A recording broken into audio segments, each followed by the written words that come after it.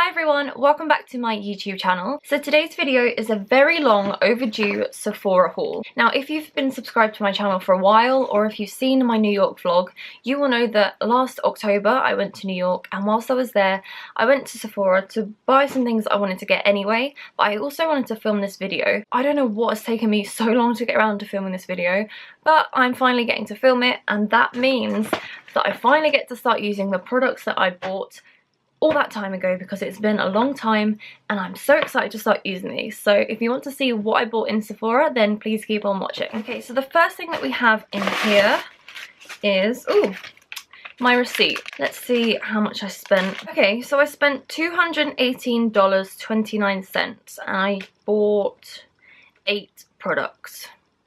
Not sure if that's good or bad. Gonna put that down there and move on. So the first thing that I bought was the beauty blender, and this actually comes with a blender cleanser. Now bearing in mind, although I've been in this bag since I've been home, I haven't really been in it too much because I wanted to film this video and I didn't really want to use the products in there because I wanted to save it for this video.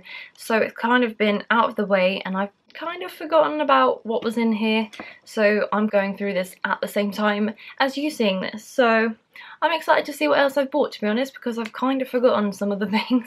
But the first thing is the beauty blender with the cleanser. What I love about this, and I don't know if it's because it was just before Christmas, if this was like a Christmassy packaging like a bauble, or if this is just their standard packaging, but I love that it comes with the cleanser as well, because it means I literally have no excuse not to clean it, and I am really bad at cleaning my makeup brushes, and yeah, kind of ashamed at even saying that. So I literally have no excuse to not clean this beauty blender. I absolutely cannot wait to try this because I've only ever used the Real Techniques blending sponge, and I think that's pretty good, to be honest. I think I included it in one of my favourites videos. It's the only one I've ever used, so I can't really compare it to anything else. But I have heard such amazing things about the original beauty blender, and I cannot wait to try it and just see how it compares with the Real Techniques one, because I know that this one is a lot more expensive. Where did I put that receipt? Let me get the receipt and I will go through each of the prices with you as well, just to see where I managed to spend like $220. So here is my receipt. So this one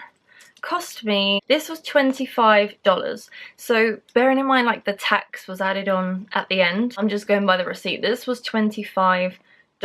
When you think about it, for a sponge, it is kind of expensive, but if it lives up to its amazing reviews I've seen, I guess it's worth it. Plus you get the cleanser with it too, and I think it's quite good value. So now that I'm finally filming this video, it means I can use my beauty blender. So yeah, I cannot wait to try this one out. So next up, I bought the Hoola Bronzer by Benefit. Now this I've used before. I've definitely included it in one of my favourites videos. This is the one that I used to have, which is now completely empty, gone. I think there might have been a tiny bit in there. Not anymore. So I know that I really love this bronzer, which is why I had to buy it again. This is my favourite bronzer. This was $29. So it is kind of expensive for such a small product, but it does last a very long time. I know I had this one for maybe like a year. I don't even know how long you're meant to have it open for, but I think I had it about a year.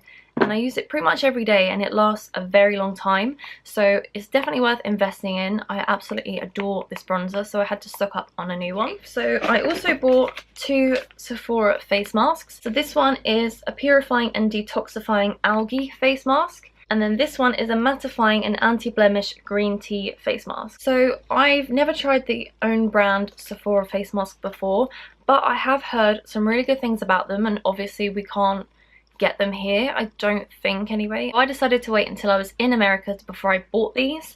So the green tea face mask is mattifying and anti-blemish. It's a mask enriched with natural green tea leaf extract, which effectively absorbs excess sebum, reduces the appearance of skin's imperfections for a clean, purified and mattified skin. But this one is a mask enriched with algae extract from natural origin, which purifies and detoxifies the skin, helps rid the skin of impurities that cause dullness for a fresh, radiant complexion. This one I'm probably going to use first, and I love the sound of both of these. They had such a wide range of different masks for different skin types and different skin concerns, but these two are the ones that stood out to me in terms of what my skin needed the most. I'm really excited to try these out and see how they compare to the other sheet masks that I used. So these face masks were $6 each, which I guess is pretty standard for a sheet mask. I've used ones that are probably more expensive than that. In fact, I have used more expensive ones than that, so I guess it's not too bad. And I'm hoping that they are as good as people say they are. I'm definitely going to try them out soon, and yeah, can't wait to see the results from those. Next up, I have, okay, this is the Cover FX Mattifying Primer with Anti-Acne Treatment. So when I was in Sephora, my original plan was to buy a new primer. I originally planned on buying the Too Faced Hangover Primer, but then I came across this and I loved the sound of it. This was $38 for a primer, and I don't think it's that big either. It's quite expensive. It looks like this. So it's quite a lot of money, so I wanted to make sure that it was going to be worth the money and just see what other people said. So I remember being in Sephora just on my phone looking at reviews, and the reviews I were reading were recent and they were really positive. So I thought I would try this instead of the Hangover Primer, and I'm going to be honest, I have used this since I got back because I wanted to try something different to my primer water. I'm not sure if it was the primer or if it was just a coincidence, but my skin did break out a little bit more than it normally would. Now, I don't have perfect skin, but I also don't have bad skin. I wouldn't say it's like awful, but there are times where I can break out. I thought I would try and use a primer that's specifically designed to help with, it says acne. I don't have acne, I just have a few spots here and there, but I thought I would just try it and see if it helped my skin in any way. Now, like I say, I don't know if it was this or if it was just a coincidence, but my skin did break out after I'd used this, like I would say within a day or two. At first I didn't really put it down to this, but after I was using this for maybe 3 or 4 days consecutively, I was like, okay, my skin is probably the worst it's been for ages. The only thing I can think of that's changed is this, and I kind of didn't want it to be this that was the issue because I was so excited to use it. I spent quite a lot of money on it. When you spend so much on something that you think is going to work for you and it doesn't, it's kind of like, ugh, annoying. But I stopped using it for a little while and I thought, you know what, I've got to give it another go. It might not have been this.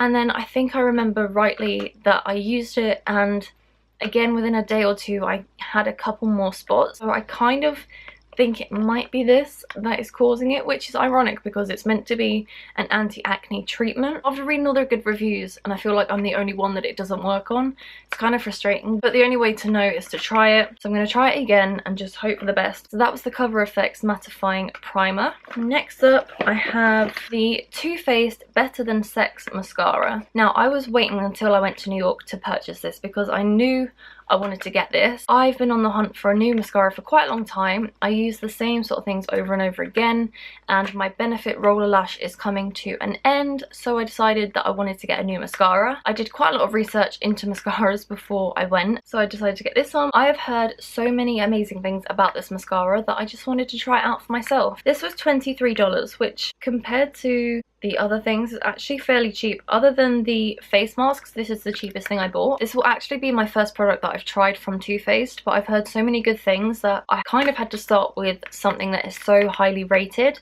and I definitely can't wait to use this one. So I'm going to have a look at what it actually looks like because I haven't even been in the box yet. I love the all pink design. It definitely goes with the brand's theme. It's got like an hourglass shape wand, which is very exciting. I am really hoping this is as good as people say it is because I don't tend to wear a lot of makeup on my eyes like day to day, so a mascara that really makes my eyes pop is a must, and I've heard that this is meant to do that.